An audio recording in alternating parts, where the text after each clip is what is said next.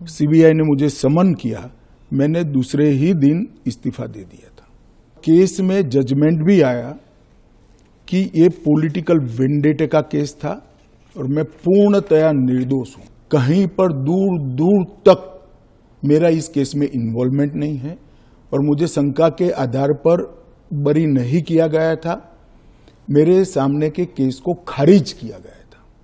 मैंने इसलिए कहा था कि मेरे पे आरोप लगा और जैसे ही मुझे समन आया, अरेस्ट छोड़ दीजिए, सीबीआई ने मुझे समन किया, मैंने दूसरे ही दिन इस्तीफा दे दिया था। अरेस्ट तो मेरी बाद में हुई। जैसे ही सीबीआई ने मुझे समन किया था, मैंने दूसरे ही दिन इस्तीफा दिया था और केस चला और केस में जजमेंट भी आया कि ये पॉलिटिकल वेंडेटे का केस था और मैं पूर्णतया निर्दोष हूं। पर वो तो बाद में आया था ना? एक सेकंड सुनिए ना। हाँ। एक सेकंड, वो जजमेंट बाद में आया। बेल मेरी पहले हो गई थी। बेल मेरी पहले हो गई थी और वो जजमेंट ऐसा आया कि कंप्लीटली पॉलिटिकल वेंडेटा के केस है। कहीं पर दूर दूर तक मेरा इस केस में इन्वॉल्वमेंट नहीं है और मुझे शंका के आधार पर बरी नहीं किया गया था। मेरे सामने के केस को खारिज किया गया था और मुझे बेल मिल गया था 96वें दिन पर। फिर भी मैंने फिर से शपथ लेकर गृह मंत्री नहीं बना था।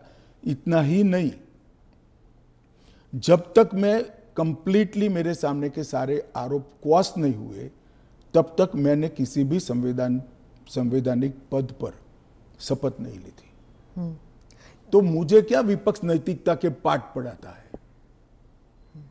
इन लोगों ने इंदिरा जी के समय में प्रयास किया कि प्रधानमंत्री को शील्ड किया जाए और आज भी ये प्रयास कर रहे हैं कि अगर कभी जेल में जाना पड़े तो हम आराम से जेल से सरकार बनाएंगे, जेल को सीएम हाउस पीएम हाउस बनाएंगे और वहां जाकर डीजीपी जेल से ऑर्डर लेंगे, चीफ सेक्रेटरी जेल से ऑर्डर लेंगे, भारत सरकार के कैबिनेट सेक्रेटरी जेल से ऑर्डर लेंगे, भारत सरकार के गृह सचिव जेल से ऑर्डर लेंगे। इस तरह से देश चलेगा।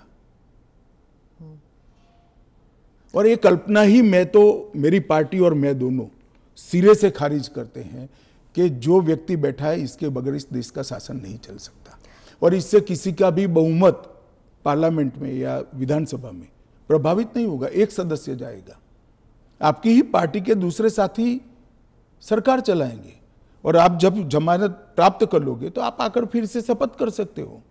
इसमें आपत्ति क्या है?